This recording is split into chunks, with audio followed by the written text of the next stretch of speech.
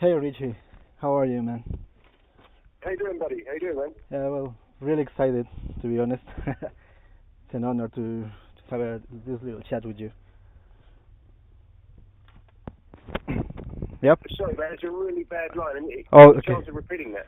Okay, yeah. Well, I'm very excited to have this little chat with you. Oh, thanks very much, man. It's a pleasure, man. We love doing this. We love talking about priest and firepower and all things heavy metal, man. It's a pleasure. Yeah, I mean, well, that's that's why that's why who you are. Well, I have a few questions. Would you like to start? Hmm. Yeah. Well, Absolutely, let's do it. okay. Well, this is kind of a personal question to you. You went from being a very successful professional musician before joining Judas Priest. Now you are into Judas Priest. I think I'm a musician myself, and I think you are like living the dream. How much did your life change after that? Well, you can imagine my life changed a great deal, man. I was in other bands and I was trying to make it work as a musician in the industry, you know. But when a band like Priest calls and you get the opportunity to audition for, in my opinion, one of the best heavy metal bands in the world, Yeah, you kind of, you know what it means and you stand up for what you believe in and what the band, you know what the band means to millions of people around the world, you know. And of course. I think growing up with Priest music, kind of, that, I knew that duty, you know, I knew that responsibility. Yeah, So obviously everything changes on a personal level. You move around a lot more. You're living. You might have to move house or but your focus changes as well, and that's why everything else changes. That's what I'm trying to say. That when you join a band like Judas Priest, your focus has to be 1,000% Judas Priest. yeah, And that's a great thing. Creatively, personally. It's a great thing. I think when you focus on something like that, it's the best possible scenario.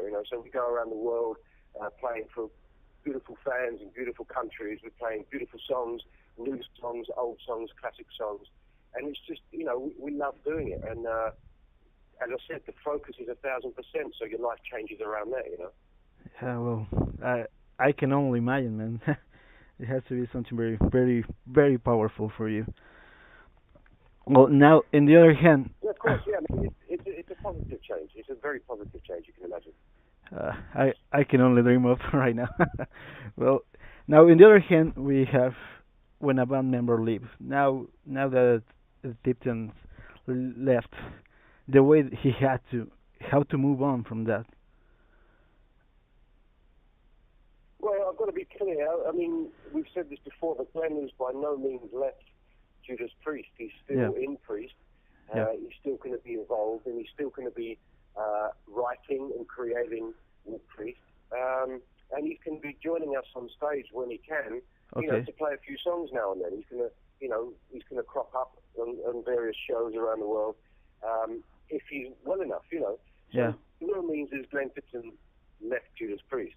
But okay, obviously, he's not going to be there touring, so obviously it creates a challenge. But priority, man, is Glenn's health.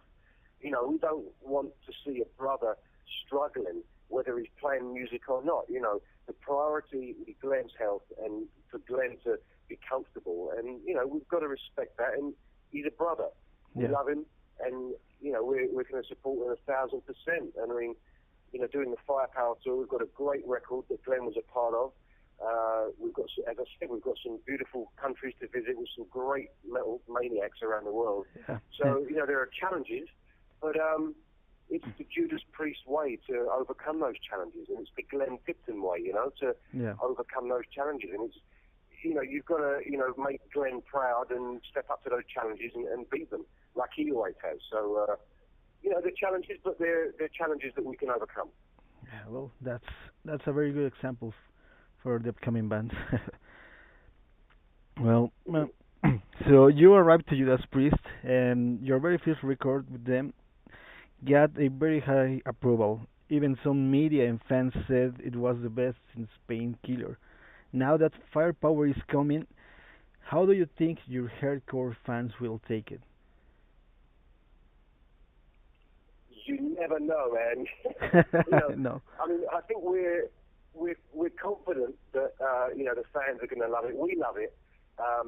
We love the music that we put down, and I think we always feel it's the same on Redeemer. You have to feel like it's the best you can do at that moment in time. Otherwise, there'd be no point in releasing a new record. You've got to be that committed, and you've got to be that focused on it. And I think the fans are gonna love it. I mean, the Priest fans are so passionate, and everyone's so dedicated to Priest, and everyone has these opinions. And when you release new Priest music, Priest fans usually relate it to different parts of the Priest catalogue in their history that they grew up with. So that bit there sounds like something from Defenders of the Faith, or that drum fill there reminds me of something from Sin After Sin. Everyone's got this connection with Priest over the last 50 years, man. So it's incredible to see. And we've put out 2 songs already as singles from the record, and a lot of teasers to tease people, and it seems to be getting an overwhelming positive. Fans seem to be loving the songs, and they love the vibe, and they love the production, they love the Halford's voice. So it seems to be getting a lot of positive anticipation. So I think it comes out on the 9th of March, so it's not long to go now. So it's interesting to see how fans are going to take the record when it comes out in its entirety. It's an incredibly exciting time for Priest. Yeah, well, that's amazing. I already heard your first single, and I really liked it. I felt like I told you, like it was kind of old school stuff. I really love it. I think you will be doing great with it. Thank you very much, man. I appreciate it. I'm glad you like it. Yeah, well, thank you, man. Well, I have a different kind of questions if you like to answer. I want to ask you something about upcoming bands and stuff like that. There are legendary bands like Priest, like that kind of bands, taking opening acts for their shows. There's a lot of things that involve that. Some do many things to put those opening acts in front of them. Some actually do very simple stuff like when Metallica came last year, they gave the opportunity to local bands through a very simple contest to open for them for their 3 dates they had here. How's Judas Priest stand on that matter?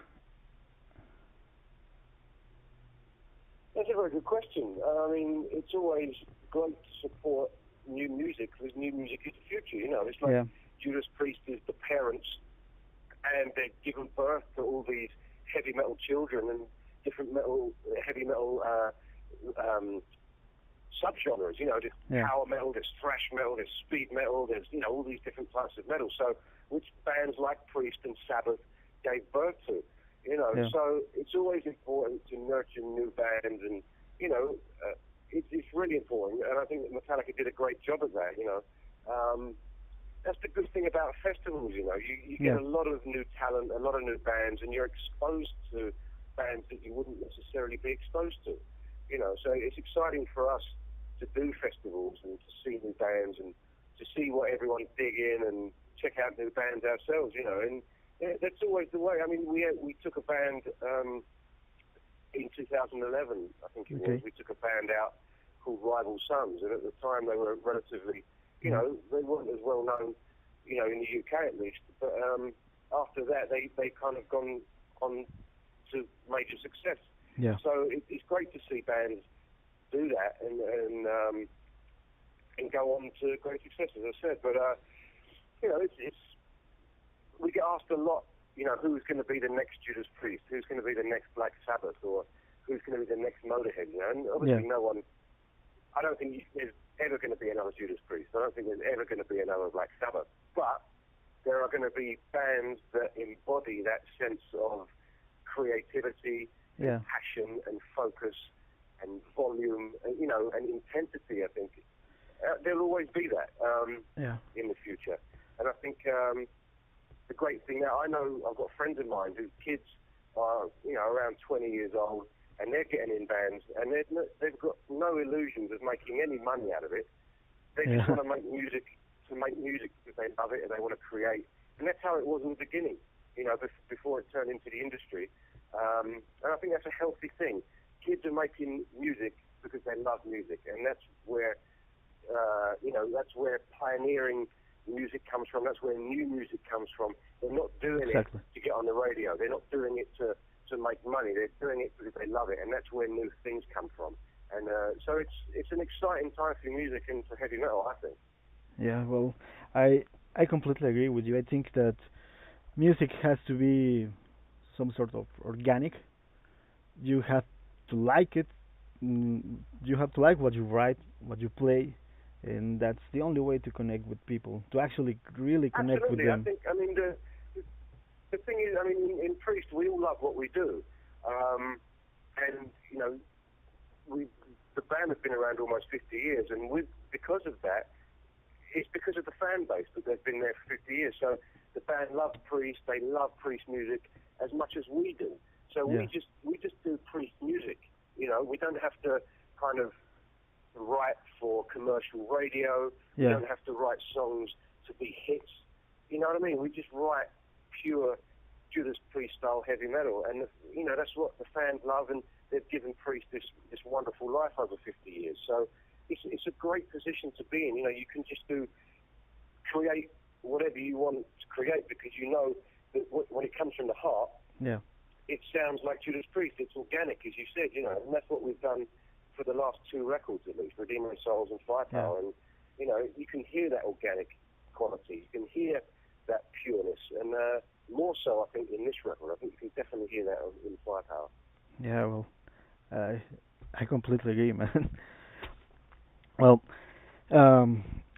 Judas Priest, it is a natural headliner.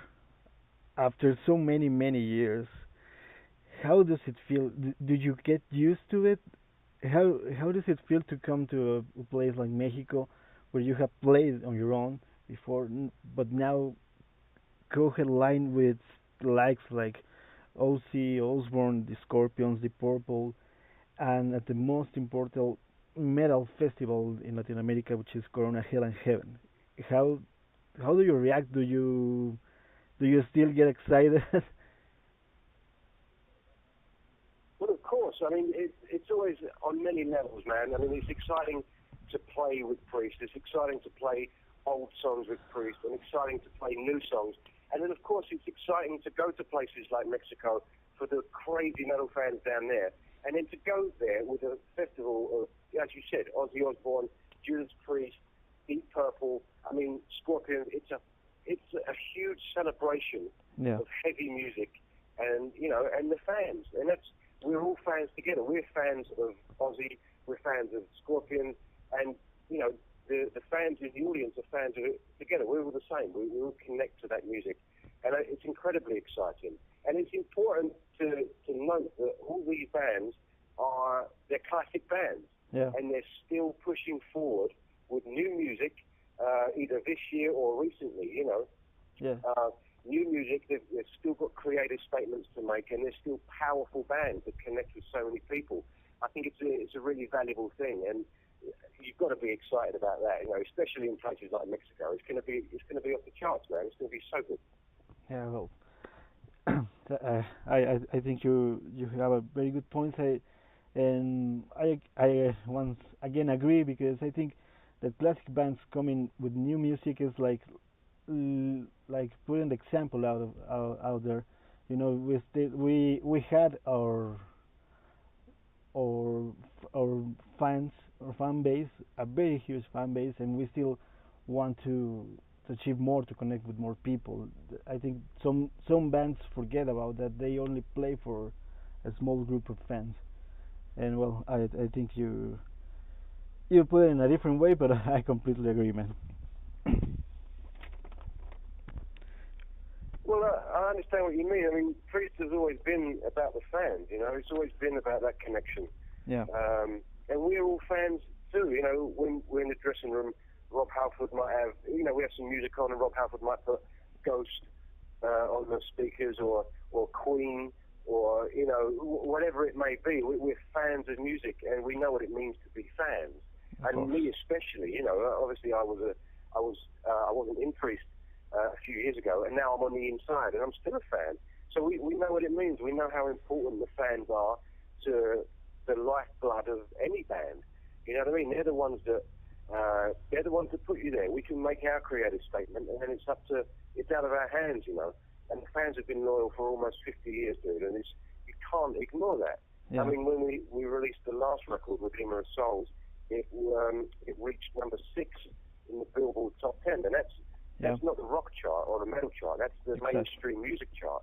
So the fans put it there, and it's a statement and an affirmation of where heavy metal is at the time in 2014. It was alongside country and hip hop and rock, and there was heavy metal.